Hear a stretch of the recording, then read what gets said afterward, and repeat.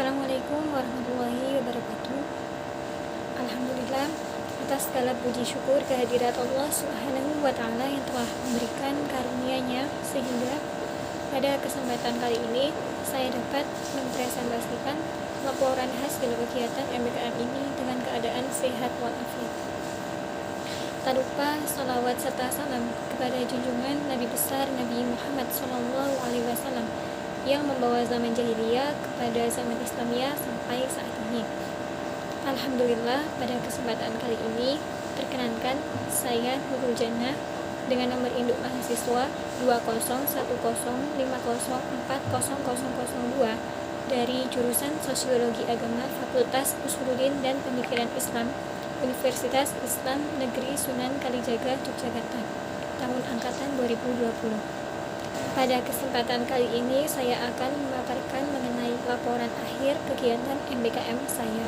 Sebelumnya, semoga Bapak dosen pembimbing kegiatan MBKM yaitu Bapak Munawar Ahmad dan juga teman-teman semua senantiasa diberikan kesehatan dan perlindungan oleh Allah Subhanahu wa Ta'ala.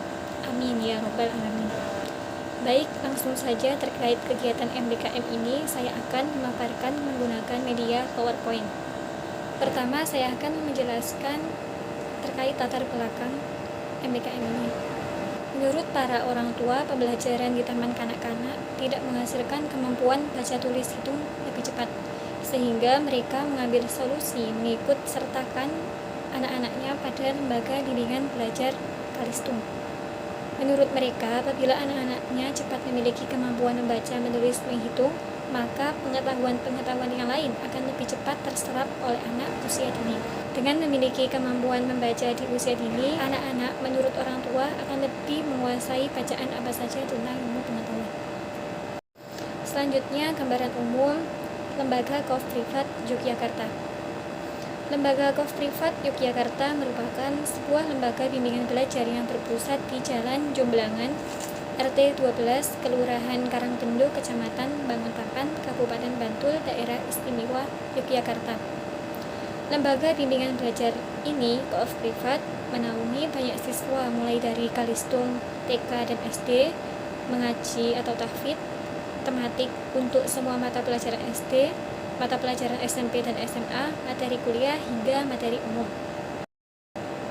Lembaga Kof Privat ini juga mempunyai kurikulum tersendiri, yaitu pada sistem belajar. Lembaga Kof Privat ini menyediakan sistem pembelajaran offline, yaitu dengan cara tentor atau guru datang ke rumah siswa. Selanjutnya, untuk sistem rekap presensi, setiap pertemuan harus membawa kartu presensi tes yang wajib ditandatangani oleh wali siswa. Kartu presensi ada dua, yaitu satunya untuk wali siswa dan satu untuk tentor atau guru pengajar. Selanjutnya, terkait laporan perkembangan belajar siswa, yaitu tentor wajib membuat laporan perkembangan belajar siswa setiap 1 bulan di akhir bulan dan akan dilaporkan kepada tim akademik atau lembaga serta dilaporkan kepada wali siswa. Untuk sistem pembayaran fee tentor akan dibayarkan sejumlah pertemuan les setiap bulannya. Pembayaran fee ditransfer kurang lebih tanggal 4 sampai dengan tanggal 6 di bulan berikutnya. Setelah pengecekan pengiriman laporan presensi dan perkembangan belajar siswa oleh tentor di akhir bulannya yang maksimal tanggal 30 atau tanggal 31. Untuk format presensi, yaitu laporan perkembangan belajar siswa, akan dikirimkan contoh formatnya. Selanjutnya yaitu hasil kegiatan MBKM. Di sini terdapat 2 poin. Yang pertama, metode pembelajaran Kalistung. Terkait mengenai pembelajaran Kalistung, berikut ini beberapa macam metode pembelajaran Kalistung. Yang pertama yaitu ada metode bercerita. Metode ini untuk mengajarkan anak-anak membaca dan menulis dengan menggunakan metode bercerita. Yang dapat dilakukan salah satunya adalah menggunakan huruf-huruf yang akan diperkenalkan kepada anak sebagai tokoh-tokoh dalam cerita. Metode ini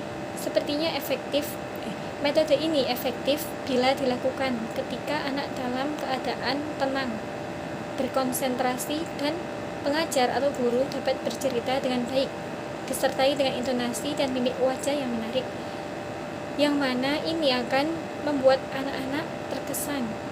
Jadi anak-anak tidak merasa bosan ataupun jenuh. Yang kedua, ada metode bermain.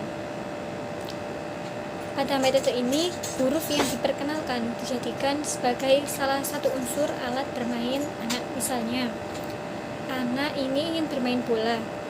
Pengajar atau guru menuliskan huruf-huruf yang akan diperkenalkan kepada anak pada bola-bola yang akan dijadikan alat bermainnya.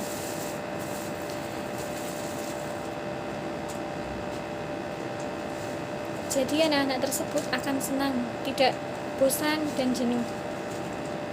Yang ketiga yaitu tebak-tebakan. Yang ketiga yaitu dengan tebak-tebakan. Tentunya anak senang sekali dengan permainan tebak-tebakan.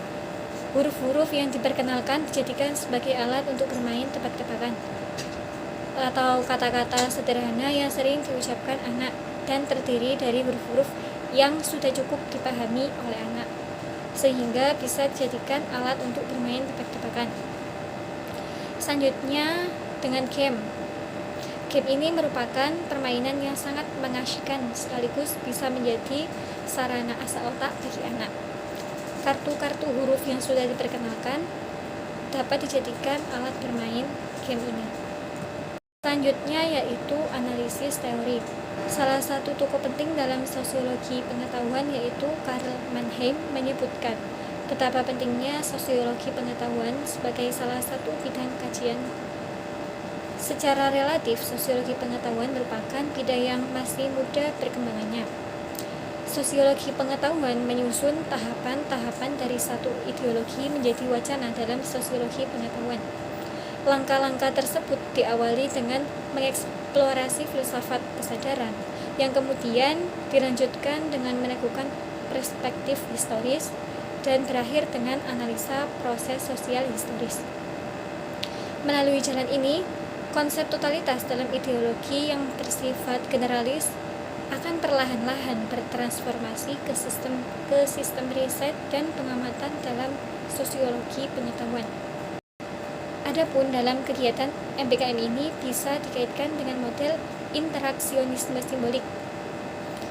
Interaksionisme simbolik didasari oleh karya George Herbert Mead pada tahun 1863 sampai 1931 yang kemudian dikembangkan lebih lanjut oleh Herbert Blumer dan penerapannya dalam sosiologi pendidikan yang dilakukan oleh David Hargreaves dalam bukunya yang berjudul Interpersonal Relation and Education. Model ini memandang kelompok dalam hal ini bimbingan belajar privat di sebuah lembaga terdiri atas sejumlah orang yang saling berinteraksi, berhubungan, dan saling mempengaruhi satu sama lain. Dalam interaksi ini, proses komunikasi dengan menggunakan simbol-simbol berlangsung, terutama antara guru dengan siswa atau tentor dengan siswa. Adapun mengenai konsepsi sikap guru terhadap siswa, David Hargreaves menerangkan bahwa ada 3 kemungkinan kategori posisi. Yang pertama, anak-anak atau siswa dianggap belum mengetahui kebudayaan. Dalam hal ini, pendidikan merupakan proses pembudayaan atau civilizing. Guru atau tentor dalam kategori ini disebut sebagai penjinak atau penggembala singa.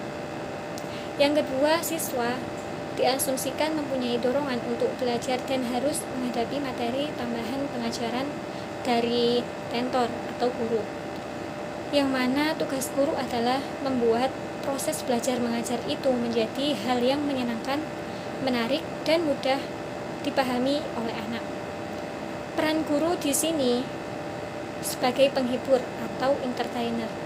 Yang ketiga, selain siswa memiliki dorongan belajar dan harus mengimbangi dan berperan di masyarakat yang terus-menerus berubah-ubah,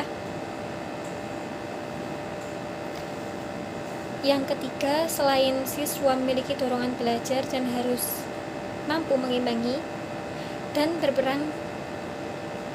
Ketiga, selain siswa memiliki dorongan belajar dan harus mampu mengimbangi dan berperan di masyarakat yang terus-menerus berubah bahkan dengan kecepatan yang meningkat.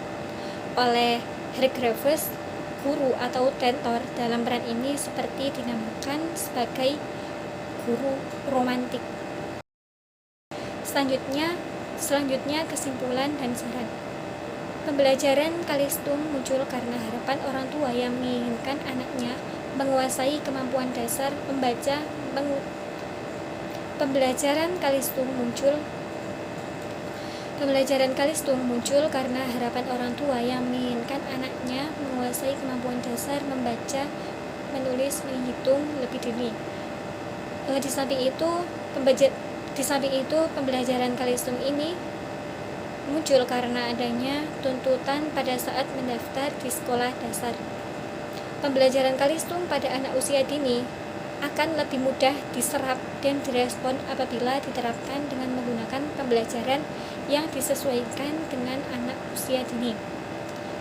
Cara atau bentuk pembelajaran Kalistung pada anak usia dini ini mengacu pada karakteristik umum anak, di mana aktivitas bermain menjadi aktivitas dominan mereka. Maka perlu diingat bahwa dalam memberikan pembelajaran Kalistung pada anak, hendaknya dilakukan dengan cara yang menyenangkan anak dan tidak memaksa anak, yang nantinya anak akan senang dan materi akan cepat masuk dan anak tidak jenuh maupun bosan dalam belajar.